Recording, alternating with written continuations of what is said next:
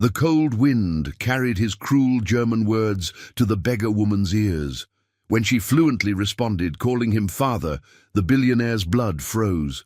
Her small hand extended toward him, holding a crumpled photograph he never imagined seeing again. "We'd love to know, where are you watching from today? Drop a comment below, and don't forget to like and subscribe for more heart-touching stories like this." The bitter December wind whipped down Fifth Avenue as Maxwell Reinhardt stepped out of his chauffeur-driven Bentley. At 68, the billionaire real estate mogul had everything money could buy except peace of mind. His designer Italian shoes crunched on fresh snow as he made his way toward his favorite restaurant, ignoring the small figure huddled in a doorway. "Excuse me, sir. Spare change for food?" The voice was soft, female, young. Maxwell didn't break stride. He never gave handouts, a policy that had served him well for decades. Build an empire by keeping every penny. "I said, do you have any spare change?" The girl called louder. Maxwell turned, irritated. "Verschwinde, Bettlerin!" He snapped in German, his mother tongue emerging when angered. "Disappear, beggar!" The girl's eyes widened. She couldn't be more than 14, with dirty blonde hair and hollowed cheeks. But what happened next made his heart stutter. "Vater?" she responded in perfect German. "Father." Maxwell froze. The world seemed to tilt sideways as she reached into her tattered coat and pulled out a crumpled photograph. Even from several feet away, he recognized it, himself, 30 years younger, standing beside a beautiful woman holding an infant. "Impossible," he whispered, backing away. "My name is Eliza," the girl said, her voice steadier now. "Elizabeth Reinhardt. My mother was Anneliese Weber." The name struck him like a physical blow. Anneliese, his whirlwind romance in Berlin during the 1990s, the woman he'd abandoned when she told him she was pregnant. "I have no daughter," he said coldly, though his hands trembled. Eliza stepped closer. "My mother died last month. Cancer. Her last wish was that I find you." The maître d' appeared at Maxwell's elbow. "Your table is ready, mister." Reinhardt. Maxwell stared at the girl, at Eliza, seeing now the echo of Anneliese in her features, the same determined chin, the same eyes. "Sir," the maître d' prompted. "I don't have time for con artists," Maxwell said sharply, though something in him knew this was no con. "Go bother someone else with your stories." As he turned away, Eliza called after him, "I have her letters and the DNA test. I can prove everything." Maxwell kept walking, shoulders rigid, heart pounding. He slid into his reserved booth, ordered a double scotch, and tried to steady his breathing. "Everything all right, sir?" asked the waiter. "Just peachy," Maxwell replied with a bitter laugh. "Nothing like having the past come begging on your doorstep." He glanced out the window. The girl, Eliza, still stood on the sidewalk, clutching that photograph. Their eyes met through the glass. For the first time in decades, Maxwell Reinhardt felt something crack inside his carefully constructed world. His phone buzzed. His assistant's name flashed on the screen. "Sir, there's been a development with the Shanghai deal. The investors are backing out." Maxwell barely heard the words. His empire might be starting to crumble, but oddly, all he could think about was the girl outside with his eyes. The past had found him, and it wasn't going anywhere. Maxwell's hand shook as he poured his third scotch. The restaurant had emptied, but he couldn't bring himself to leave. Outside, illuminated by the street lamp, Eliza still waited, huddled against the bitter cold. "More ice, sir?" the waiter asked. "What I need isn't ice," Maxwell muttered. "What's your name, son?" "Thomas, sir." "Tell me, Thomas, have you ever made a mistake so big it haunted you for decades?" The young waiter looked uncomfortable. I once put salt in my grandmother's sugar container as a prank," Maxwell barked out a laugh. "Kid, you have no idea what real regret feels like." His phone buzzed again. His son, his legitimate son, was calling. James, the heir to his empire, the golden child who had never quite lived up to expectations. "What?" Maxwell answered gruffly. "Dad, what the hell is going on with Shanghai? I've got investors breathing down my neck." Maxwell glanced out the window at Eliza. "We have a bigger problem. Bigger than losing $500 million, James snapped. "I think your sister just found me." A long silence followed. "I don't have a sister." "Apparently you do." Maxwell ended the call and signaled for the check. When Maxwell finally stepped outside, the temperature had dropped further. Eliza had curled herself into the doorway, shivering violently. "Still here?" he asked, his breath clouding. She looked up, eyes defiant despite her trembling lips. "I have nowhere else to go." For a heartbeat, Maxwell considered walking away, calling security, having her removed. It would be easy. He owned half the block. Instead, he said, "Show me." Eliza handed over the photograph, along with a stack of letters bound with a faded ribbon. Maxwell recognized his own handwriting on the envelopes, letters he'd written to Annalise before he'd known about the pregnancy, before he'd made the decision that would define the next 30 years. "These prove nothing," he said, but his voice lacked conviction. "There's more." Eliza pulled out a document, a DNA test comparing her genetic markers to a sample labeled M. Reinhardt. "How did you get my DNA?" Maxwell demanded. "Mom saved your hairbrush all these years." The coincidence seemed too perfect, the timing suspicious with his empire teetering. Yet the girl's eyes, her mother's eyes, held no deception. "What do you want from me?" he asked finally. "I don't want your money," Eliza said with unexpected dignity. "I want to know who I am, where I come from." Maxwell studied her face, calculating as always. "And if I say I'm not interested in a reunion, then I'll leave, but I'll know I tried, for Mom." Something shifted in Maxwell's chest, a loosening of a knot he'd carried for 30 years. "Get in the car," he said abruptly. As his driver pulled away from the curb, Maxwell's phone buzzed again. More bad news, undoubtedly. The Shanghai deal collapsing. His carefully constructed empire beginning to show cracks. Beside him, this girl, this living embodiment of his greatest mistake, sat silently. "I hope you realize," Maxwell said dryly, "your timing is impeccable. The prodigal daughter returns just as Rome begins to burn." Eliza looked confused. "That's called irony, kid. Something tells me we're both in for one hell of a ride." Maxwell's penthouse occupied the top 3 floors of Reinhardt Tower, a gleaming monument to his success and ego. As he ushered Eliza inside, her wide eyes took in the marble floors, the priceless art, the floor-to-ceiling windows showcasing Manhattan's glittering skyline. "You live here alone?" she asked, her voice echoing in the vast space. "My wife lives at our Hamptons estate," Maxwell said stiffly. "We have an arrangement." Eliza nodded, as if this explained everything. "My mom and I lived in a 1-bedroom apartment in Berlin. She cleaned houses until she got too sick." The simple statement hung in the air between them, a stark reminder of the divergent paths their lives had taken. Maxwell cleared his throat, uncomfortable with the guilt rising unbidden. "The guest room is this way," he said, leading her down a hallway. "Bathrooms attached.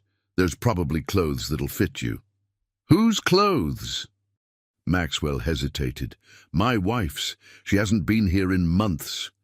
Once Eliza was settled, Maxwell retreated to his study, poured another scotch, and finally examined the letters more closely. They were all there, the passionate promises he'd made to Annalise, the plans they'd discussed, the future they'd imagined.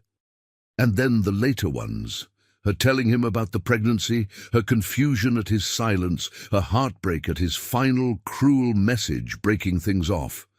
Maxwell remembered typing that email, remembered convincing himself it was the sensible choice. He was building an empire. A German waitress and an illegitimate child had no place in his vision.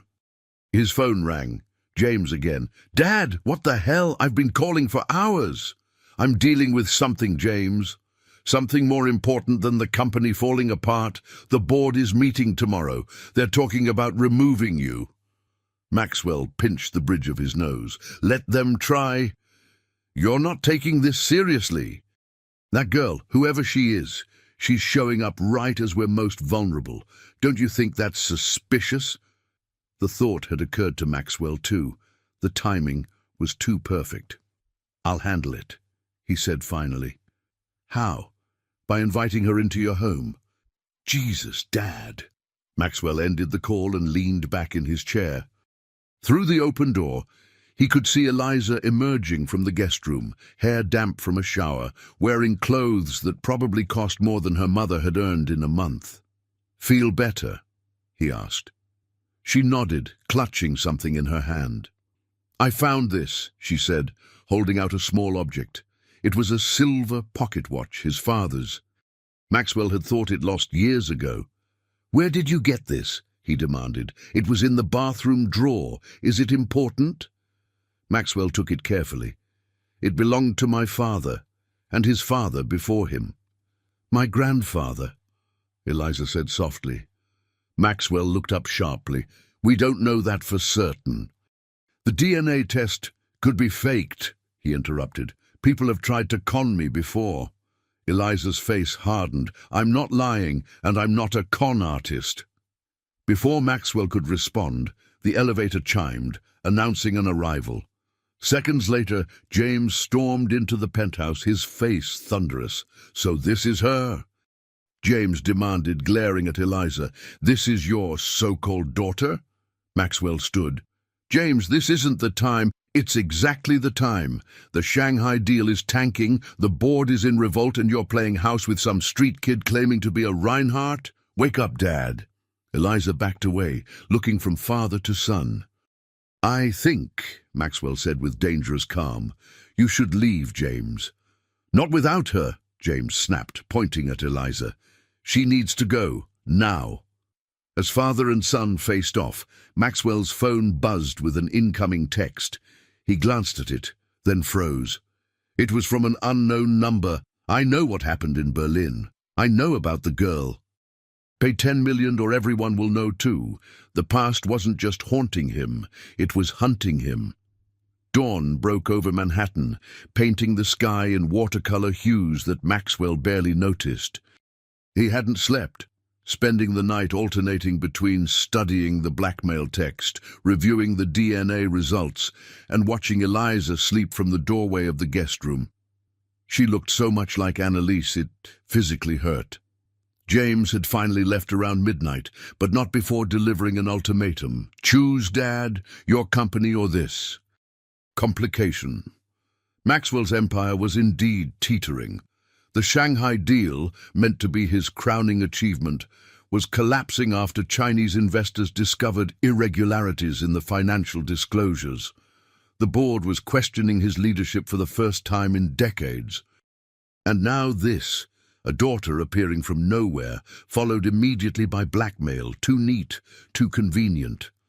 Yet when Eliza opened her eyes and saw him watching, her sleepy smile was so achingly familiar that his suspicions wavered. "You look terrible," she observed, sitting up. "Thank you for that astute observation," Maxwell replied dryly. "I'd forgotten why I never had children." "You have at least 2 that I know of," Eliza countered. Maxwell almost smiled despite himself. "Hungry?"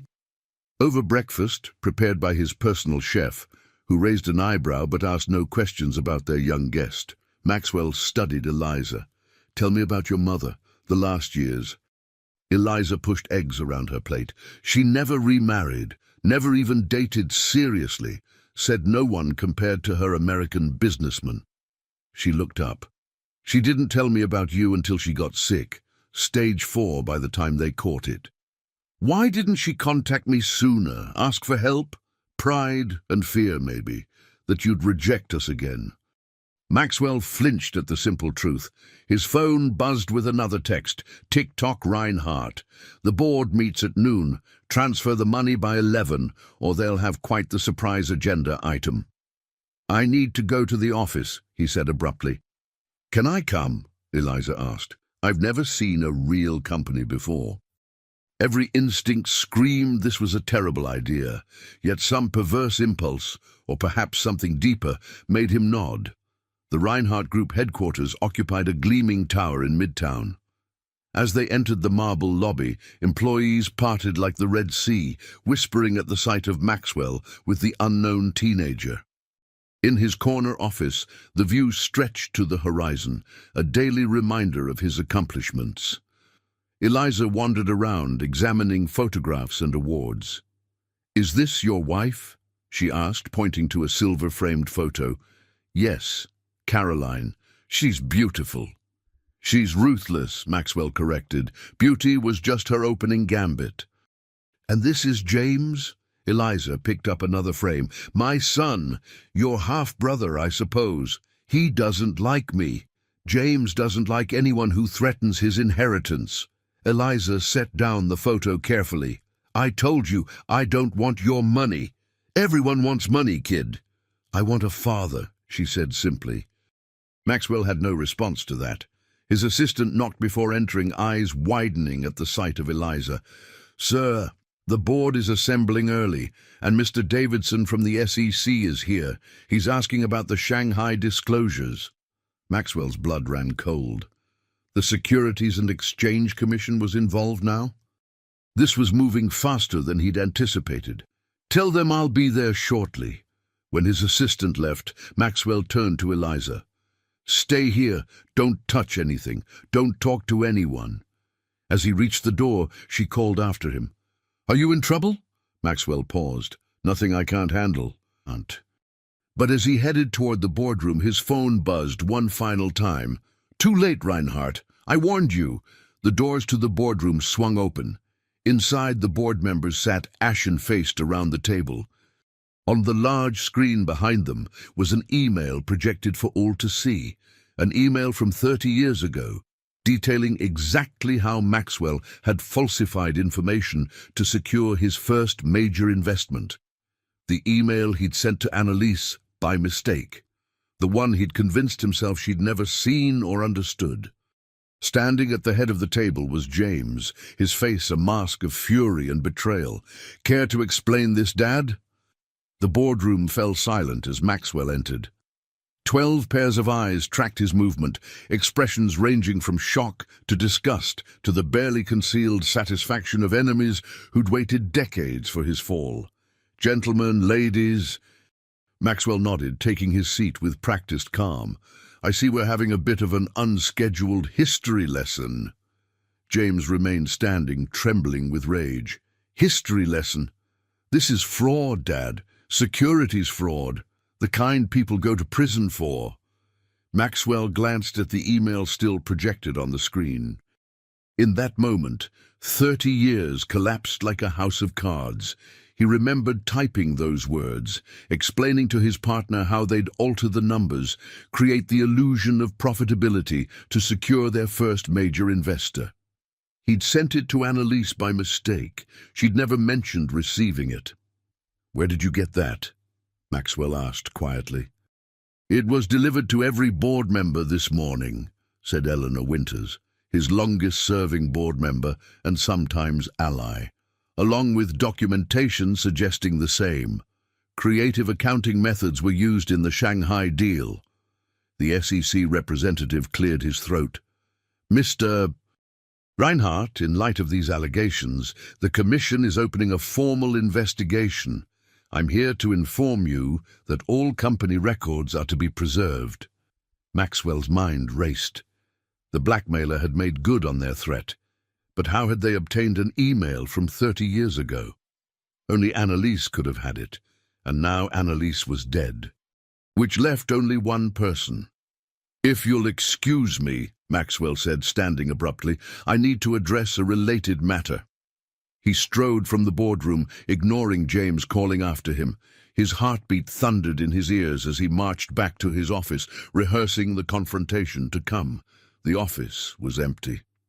Eliza, he called, scanning the space. Had she run, completed her mission and disappeared? A noise from his private bathroom caught his attention. He found her there, bent over the toilet, retching violently. "I'm sorry," she gasped between heaves. "I don't feel good." Maxwell stood frozen, his accusations dying on his lips. This wasn't the calculated performance of a con artist who'd just brought down a billionaire. This was a sick kid. "When did you last eat? Before breakfast?" he asked. Eliza shook her head, wiping her mouth. "Not since yesterday morning, before I found you." The realization struck him like a physical blow. She'd been starving on the street while he dined at five-star restaurants. "Why didn't you say something?" "Didn't want to be more trouble," she mumbled. Maxwell sighed, helping her to the small sofa in his office. "Stay here. I'll get you something."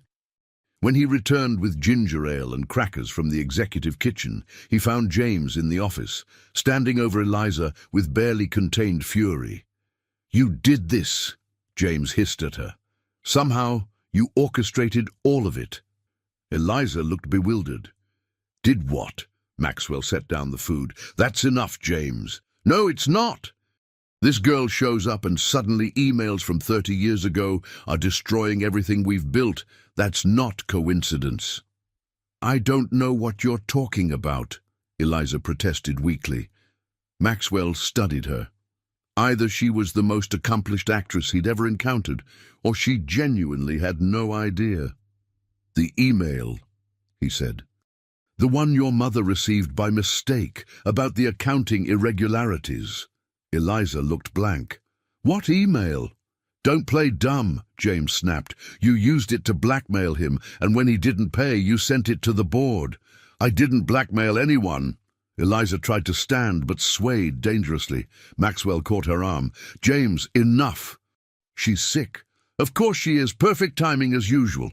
The office door opened, and Eleanor Winters entered, her expression grave. "Maxwell, the SEC wants to speak with you. Now. And there's someone else here." She glanced at Eliza. "A woman named Catherine Weber says she's this girl's aunt." Maxwell felt the floor shift beneath him. "Annalise had a sister?" Eliza looked up, her face ashen. "Aunt Kathy, she's here." Eleanor nodded. "In reception. And she has quite a story to tell about why you're really here, young lady." James smiled coldly. "I knew it. This was a setup from the beginning." As Maxwell tried to process this new development, his phone buzzed one final time. "The truth comes with a much higher price than $10 million, doesn't it, Reinhardt?" The sender's identity suddenly seemed all too clear. Not Eliza. Someone much closer to home. Maxwell looked at his son with new eyes, seeing not just anger but calculation and fear. What exactly did James know about Berlin, and what else was he hiding? Catherine Weber stood in Maxwell's office like an avenging angel. At 50-something, she bore a striking resemblance to Annalise, the same blonde hair, now streaked with silver, the same determined chin. But where Annalise had been gentle, Catherine radiated cold fury. "So," she said, her German accent thicker than Eliza's, "you are the great Maxwell Reinhardt, the man who abandoned my sister and her child." Maxwell remained impassive. Years of boardroom battles had taught him to never show weakness. "I didn't know about the child." "Liar," Catherine spat. "Annalise wrote you dozens of letters. She called your office every day for months until they threatened legal action." Eliza, still pale but steadier, moved closer to her aunt. "Is it true? Did Mom really try to contact him?" Catherine softened when she looked at her niece. "Your mother was too proud to tell you. She didn't want you to feel unwanted." "That doesn't explain why you're here now," James interjected, hovering protectively near his father. or how company emails from 30 years ago suddenly appeared at a very convenient moment. Catherine's laugh was brittle. "You think I care about your company? I came because my sister's dying wish was for her daughter to know her father." She turned to Maxwell. "Though I argued against it, you didn't deserve to know her." Maxwell studied the woman carefully. "Yet Eliza shows up on the same day someone attempts to blackmail me with information only Annalise could have had. Information that's now been shared with my board and the SEC. "I know nothing about blackmail," Catherine said dismissively, "though I'm not surprised your past is catching up with you." Eleanor Winters, still standing by the door, cleared her throat. "The SEC agent is waiting, Maxwell. Tell him I'll be there shortly." Maxwell turned back to Catherine. "If you're not behind the blackmail, who is?" "Perhaps you should ask yourself who benefits most from your downfall," Catherine suggested, glancing meaningfully at James. James stiffened. "What exactly are you implying?" "I imply nothing. I merely observe." Catherine took Eliza's hand. "Come, Liebchen. We're leaving this place." "No," Eliza said, surprising everyone. "I just found him." "I'm not leaving yet." Catherine's expression hardened. "This man abandoned your mother, abandoned you, and now his empire is crumbling around him. What could you possibly gain by staying?" "Answers," Eliza said simply. "I want to know who my father really is." Maxwell felt something shift in his chest, an unfamiliar tightness. For the first time in decades, someone wanted to know him, not what he could provide. "She can stay," he said quietly, "if that's what she wants." "This is insane," James exploded. "Dad, you're under investigation for securities fraud. The company is imploding, and you're playing family reunion with these strangers?" "Careful, James," Maxwell warned. "Remember who built this company from nothing. "And remember who's been keeping it afloat while you chase the Shanghai deal," James retorted. "A deal that's now destroying everything we've worked for." Maxwell's phone buzzed yet again. A text from his assistant. "Mr. Davidson from the SEC says if you don't come now, they'll issue a formal subpoena." "I have to deal with this," Maxwell said. "Eleanor, please show Ms. Weber to the conference room. James, go review the damage control options with legal. Eliza." He paused, unused to considering a teenager in his plans. "Just stay here. Rest." As they filed out, Catherine hung back, fixing Maxwell with a penetrating stare. "One more thing you should know, Mr. Reinhardt. Annalise kept a journal. Everything about your relationship, including that mistaken email, is documented there." Maxwell felt a chill. "And where is this journal now?" Catherine smiled thinly. "Somewhere safe. Consider it insurance for my niece's future." After she left, Maxwell stood alone in his office, the walls of his carefully constructed life crumbling around him.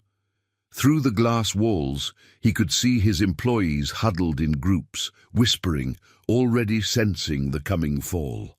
The irony wasn't lost on him.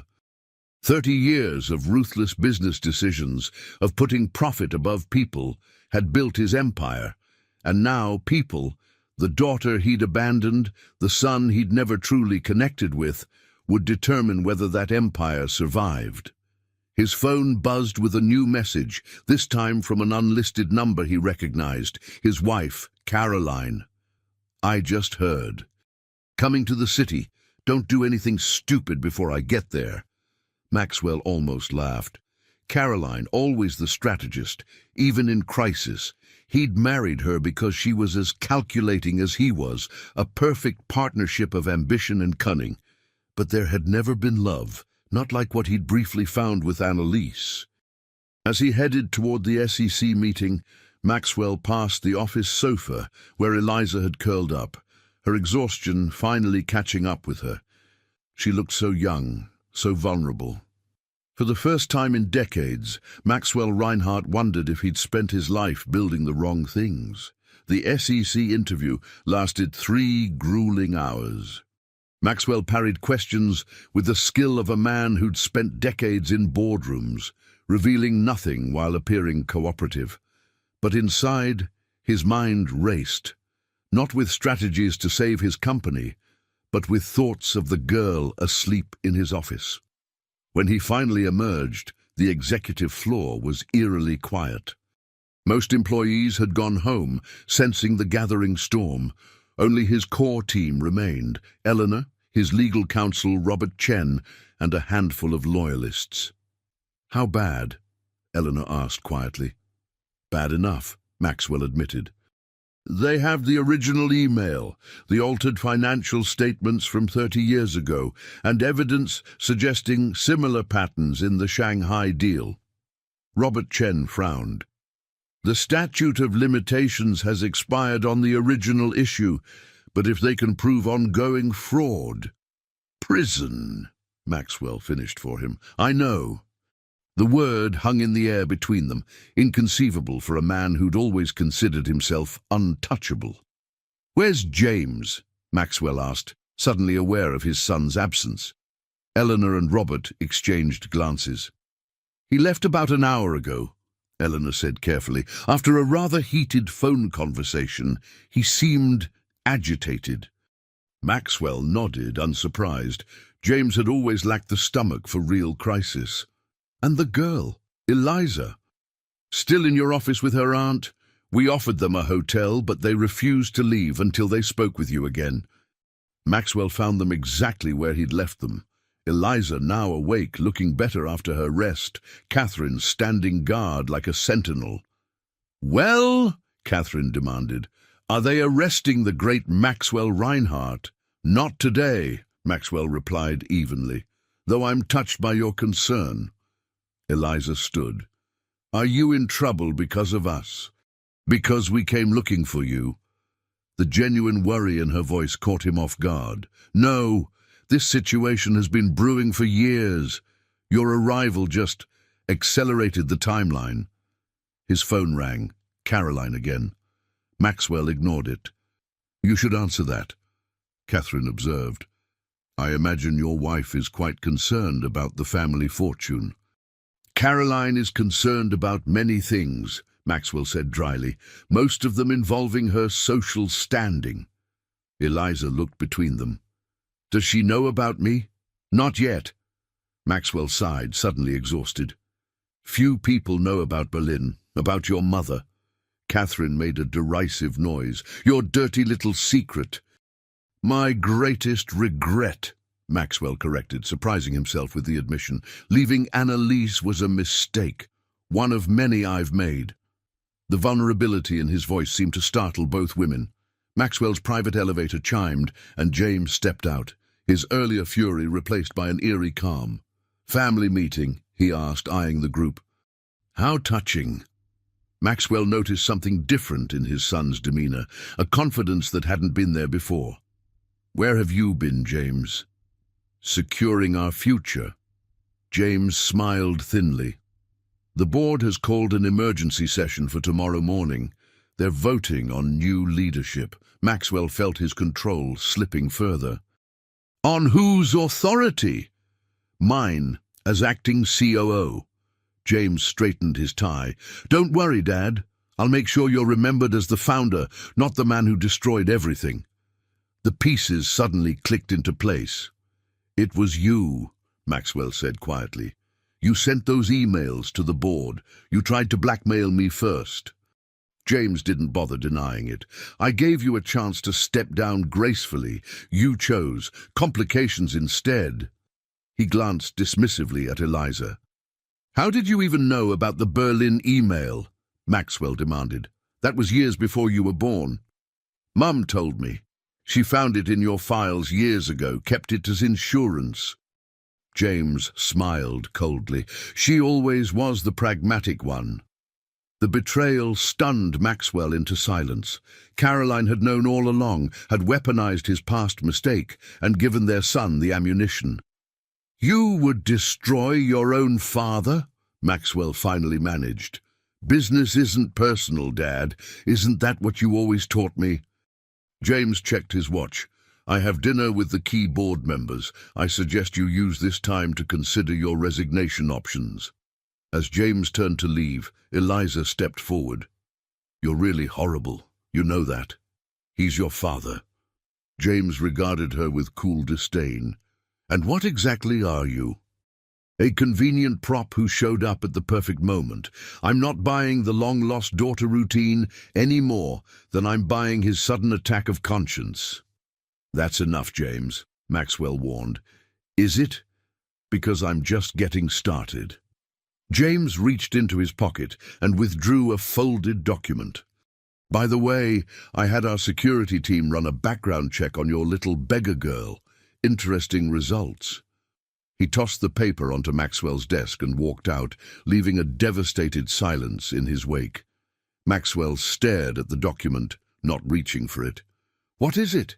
Eliza asked, her voice small. "I don't know," Maxwell admitted. "But I suspect it's another weapon." Catherine stepped forward and unfolded the paper. Her face paled as she scanned the contents. "What?" Eliza demanded, trying to see. "What does it say?" Catherine looked up, meeting Maxwell's gaze. "It says, 'You're not her father.'" The DNA test results lay on Maxwell's desk like a ticking bomb. According to James's background check, the genetic markers didn't match. Maxwell Reinhardt could not be Eliza's biological father. "This is nonsense," Catherine said, but her voice lacked conviction. "Annalise never.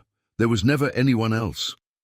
Eliza stood frozen, her world crumbling for the second time in as many months. First her mother's death and now this, the identity she'd clung to, revealed as fiction. "Is it possible?" Maxwell asked quietly. "Could Annalise have been with someone else?" Catherine hesitated too long before answering. "No, never." But the doubt was there, visible in her eyes. Eliza snatched the paper, reading the clinical language that dismantled her existence. "This can't be right," she whispered. "Mom wouldn't lie to me, not about something this important." Maxwell watched the girl, this stranger who wasn't his daughter after all, and felt an unexpected surge of protectiveness. She looked so lost, so betrayed.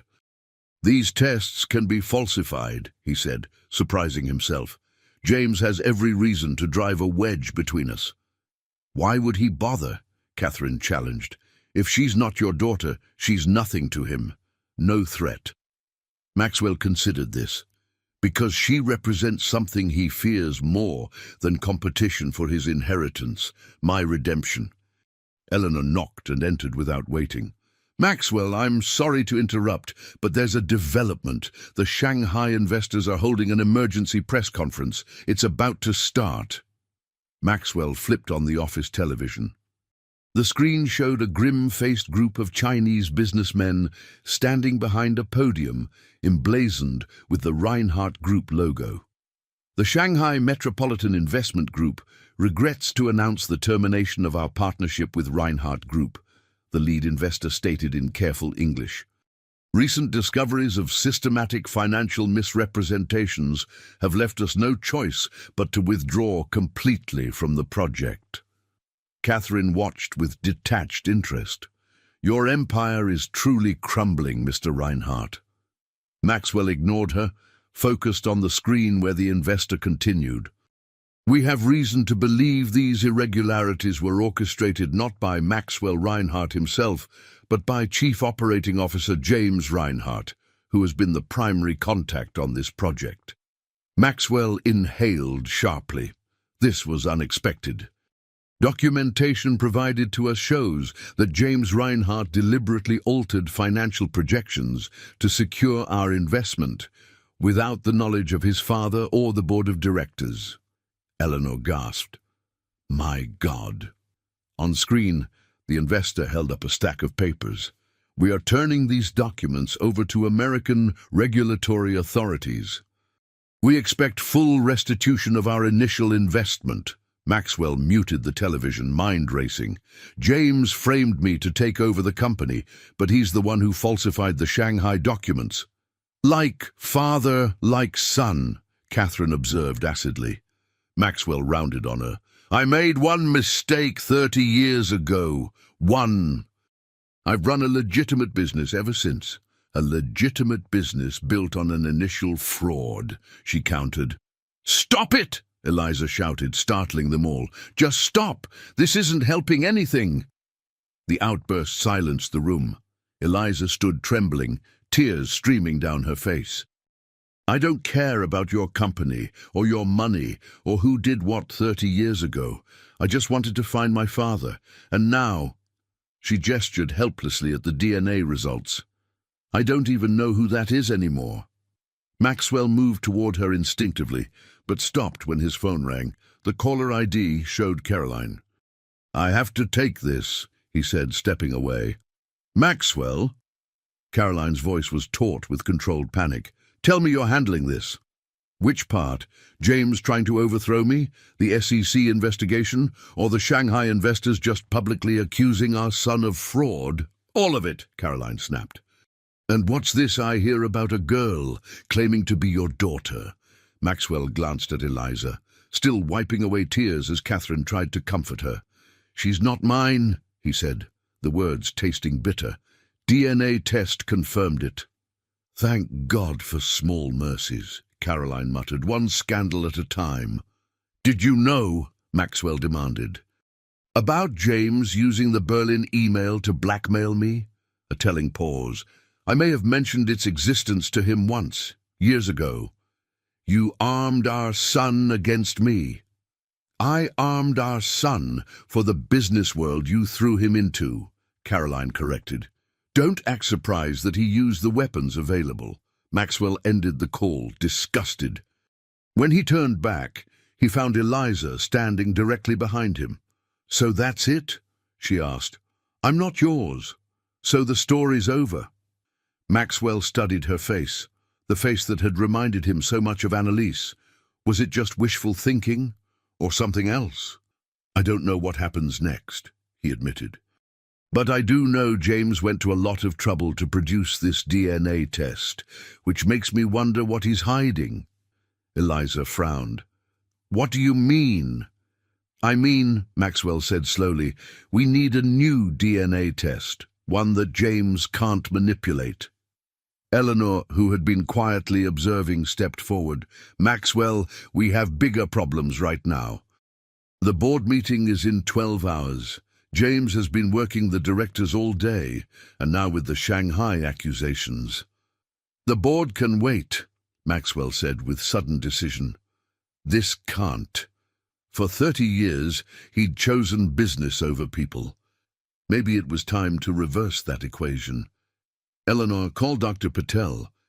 Tell him I need a rush DNA analysis tonight, and then find James. I want to know exactly what he's up to. Catherine regarded him skeptically.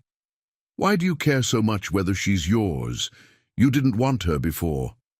Maxwell met her gaze steadily. Because 30 years ago I made the wrong choice. I'm not making that mistake again. The private lab in the Reinhardt Medical Tower was state-of-the-art, designed for the company's pharmaceutical research division. At midnight, it was deserted save for Dr. Patel, a geneticist who owed his career to Maxwell's early investment. This is highly irregular, Mr. Reinhardt, Patel said nervously, glancing between Maxwell and Eliza as he prepared the testing equipment. Genetic sequencing isn't usually done at midnight. Nothing about today has been usual, Doctor, Maxwell replied dryly. How soon can you have results? With the rapid sequencer, 2 hours, maybe less. Catherine paced the sterile lab like a caged lioness. This is a waste of time. Even if the first test was falsified, what difference does it make now? Your company is falling apart, and you've never shown interest in being a father. People can change, Maxwell said quietly. Not people like you, Catherine retorted. Eliza, sitting silently on a lab stool, looked exhausted beyond her years. Can you both stop? Please. Maxwell's phone buzzed. Eleanor, found James. He's at the Pierre with 6 board members, private dining room. Sources say they're drafting a formal removal resolution. James is consolidating support, Maxwell muttered. "Shouldn't you be there?" Catherine asked. "Fighting for your precious company?" Maxwell considered this. For decades, he would have answered yes without hesitation. The company was everything, his identity, his legacy, his life's work. But sitting in this lab at midnight, waiting for a DNA test with a girl who might not be his daughter, he felt strangely detached from the corporate crisis. Whatever happened at that board meeting suddenly seemed less important than the results Dr. Patel would deliver. "Some battles choose themselves," Maxwell said finally. "Doctor," Patel cleared his throat, "I've prepped the samples. We just need to wait for processing now." Catherine shook her head in disbelief. Annalise would never believe this. Maxwell Reinhardt, choosing a child over his empire. "I'm not choosing anything yet," Maxwell corrected. "I'm just waiting for the truth." "The truth," Catherine repeated bitterly. "You wouldn't recognize the truth if it slapped you in the face." Eliza slid off her stool. "I need some air." "The observation deck is just down the hall," Dr. Patel offered. "Great view of the city." After Eliza left, Maxwell and Catherine sat in uncomfortable silence. Finally, Catherine spoke. "She was the happiest baby, you know, always smiling even when they had nothing." Her voice softened with memory. "Annalise would sing to her every night, German lullabies our mother taught us." Maxwell closed his eyes, imagining the scene. What might his life have been if he'd made a different choice all those years ago? "Why did she wait until she was dying to tell Eliza about me?" he asked. Catherine studied him thoughtfully. She wanted to protect Eliza from rejection, but in the end, she believed everyone deserves to know where they come from, even if the truth is painful. And if the DNA test shows I'm not her father, what then? Then you go back to your crumbling empire, and we go back to Berlin. Catherine's voice hardened, and Eliza mourns another loss. The door opened, but instead of Eliza, Eleanor burst in, her normally composed demeanor shattered. "Maxwell, you need to come now." "It's James." Maxwell rose immediately. "What's happened?" "He's been arrested. FBI agents just took him from the Pierre in handcuffs. It's all over the news." Dr. Patel turned on the laboratory television, flipping to a news channel. Sure enough, there was James, ashen-faced, being led through the hotel lobby in handcuffs while flashbulbs exploded around him. The ticker at the bottom of the screen read, "Breaking, Reinhardt heir arrested for securities fraud, money laundering." "My God," Maxwell breathed. The reporter's voice filled the lab. "Sources close to the investigation say James Reinhardt had been diverting company funds to offshore accounts for years. The scheme was uncovered when Chinese investors in the failed Shanghai deal hired private forensic accountants." Eleanor's phone rang. After a brief conversation, she turned to Maxwell, stunned. "That was Robert. The board members who were meeting with James have all been detained as material witnesses. They're saying James implicated you, claiming he was acting under your direct orders." Maxwell felt the walls closing in. After decades of careful maneuvering, his legacy was being destroyed in a single night. "Where's Eliza?" he asked suddenly, looking around the lab. "She said she was going to the observation deck," Catherine reminded him. "I'll get her," Maxwell said, heading for the door. Whatever happened next, he didn't want Eliza alone when she heard that her potential half-brother had been arrested. The observation deck was empty. Maxwell checked the restrooms, the elevators, every corner of the floor. No sign of Eliza. When he returned to the lab, Catherine was on her phone, face tight with worry. "She's not answering my calls," she reported. "Security!" Maxwell barked at Dr. Patel. "Call building security now." As Patel made the call, Maxwell's phone buzzed with a text from an unknown number. "If you want to see the girl alive again, come alone to the helipad." No police. Maxwell stared at the screen in disbelief. The night's chaos had just escalated to a new level of nightmare. "What is it?" Catherine demanded, seeing his expression. Maxwell showed her the text. "Oh my God." Catherine's hand flew to her mouth. Who would take her? Why? Maxwell already knew the answer.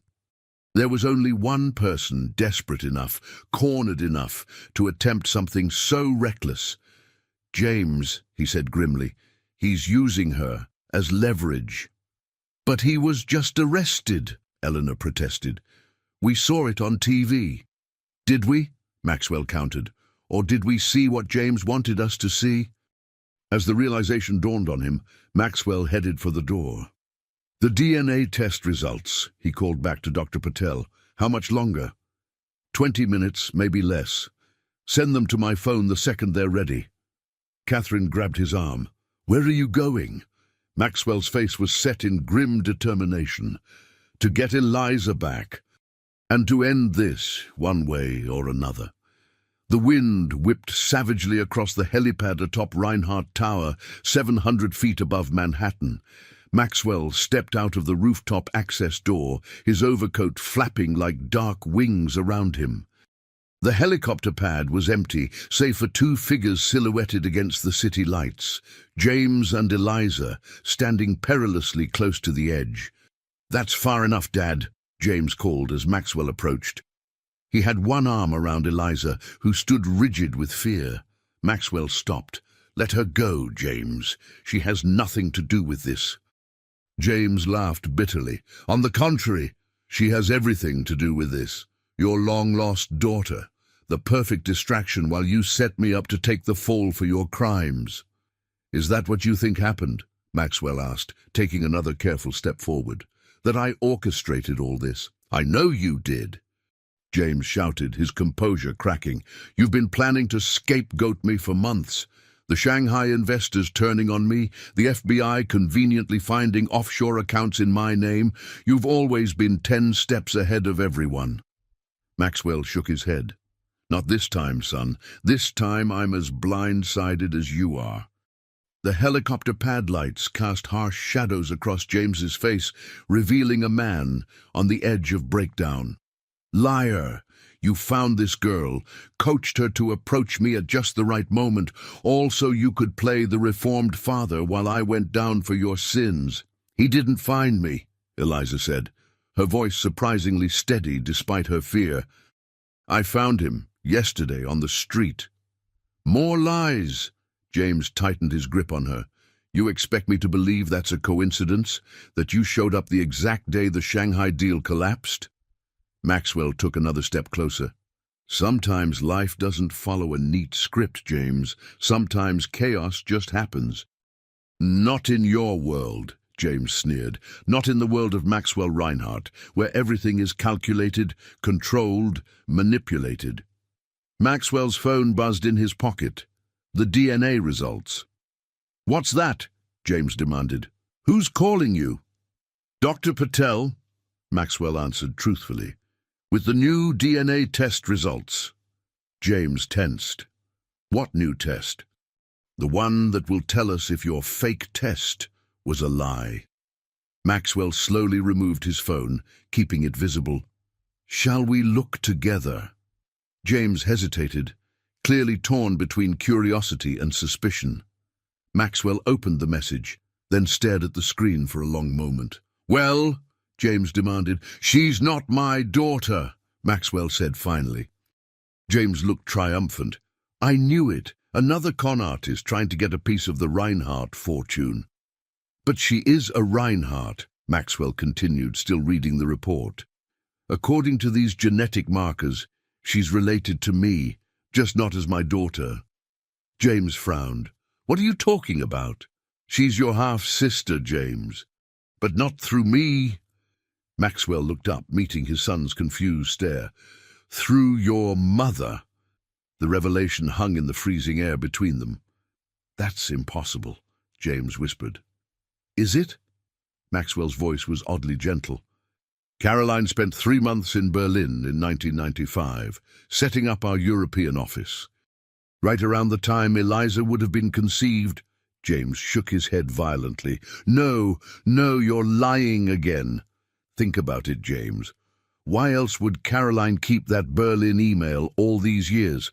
not just as leverage against me, but to protect herself, to ensure I never looked too closely at her time in Germany. My mother would never. James faltered, his certainty wavering. She would, Maxwell corrected. Caroline always did what benefited Caroline, just as I always did what benefited me. He took another step closer. We're more alike than either of us wants to admit, James, and we've both failed the people who should have mattered most. James's grip on Eliza loosened slightly. If what you're saying is true, if she's my sister, half-sister, Maxwell corrected, through Caroline, which makes her as much a Reinhardt as you are. Eliza looked between them, struggling to process this new twist in her already fractured identity. Let her go, James, Maxwell said quietly. This fight is between us. It always has been. For a moment it seemed James might comply. Then his face hardened again. No, this changes nothing. You still set me up. The offshore accounts, the FBI, I didn't set up anything, Maxwell interrupted. But I think I know who did. The rooftop access door opened, and Caroline Reinhardt stepped onto the helipad. Elegant even at this hour, in a black cashmere coat and pearls, she surveyed the scene with clinical detachment. Well, she said coolly, this is quite the family reunion. James stared at his mother in confusion. Mom, what are you doing here? Oh, cleaning up messes, as usual. Caroline walked calmly toward them. Let the girl go, James. You're only making things worse for yourself. Did you know, James demanded, about her, that she's your daughter? Caroline didn't even flinch at the accusation. Of course I knew. Why do you think I kept Maxwell away from Berlin all these years? Why I maintained such close tabs on Anneliese? Maxwell felt the world tilt beneath him. You knew about Anneliese all this time. I know everything, Maxwell. That's how I've survived being married to you. Caroline's smile was glacial. Including your little plan to pin the Shanghai fraud on James while you rebuilt your image with this girl. Unfortunately, the FBI is more interested in your decades of creative accounting than in your sudden attack of conscience. Understanding dawned on Maxwell. It was you. You sent the blackmail texts. You exposed the Berlin email. You set up James to take the fall with those offshore accounts. I did what was necessary, Caroline said calmly, as I always have. But why? James asked, his voice breaking. Why would you set me up? Insurance, darling. If Maxwell went down, you'd be positioned to take over with clean hands. If you went down, I could negotiate immunity in exchange for evidence against Maxwell. Caroline shrugged elegantly. Either way, the Reinhardt fortune remains protected, for me and for her. She nodded toward Eliza. You never intended to acknowledge her, Maxwell realized. She was just another piece on your chessboard. As were you both, Caroline agreed. Now, shall we end this tedious rooftop drama? The FBI is waiting in the lobby, and I've promised them full cooperation in exchange for certain considerations. Maxwell looked at his wife of 30 years, seeing her clearly perhaps for the first time. Then he turned to James, still holding Eliza at the edge. Let her go, son, he said gently. Whatever happens next, she's innocent in all this, just like you were. Something in Maxwell's voice, a genuine remorse James had never heard before, seemed to reach him. Slowly, he released his grip on Eliza. The moment she was free, Eliza ran, not to Maxwell or Catherine, who had just emerged onto the helipad, but to the middle of the helicopter pad, away from everyone. Stop! She shouted, her voice carrying over the wind. Just stop! All of you! The raw emotion in her cry froze them all in place. I came here looking for my father, Eliza said, tears streaming down her face. Instead, I found this lies, manipulation, using people like they're nothing. She turned to Carolyn. You're my mother? My real mother? And you just left me?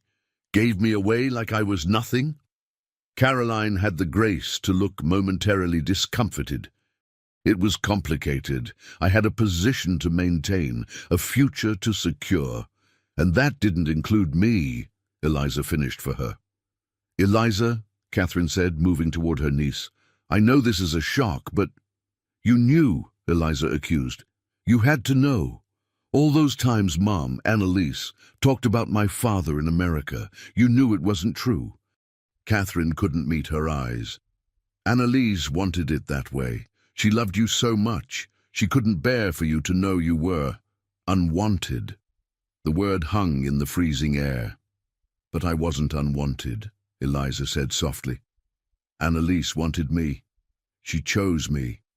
She looked around at the three Reinhardts, Maxwell, Caroline, James, each trapped in their own web of lies and manipulations. She was more family to me than any of you could ever be. With those words, something shifted in Maxwell. 30 years of ruthless ambition, of putting wealth and power above all else, suddenly seemed hollow.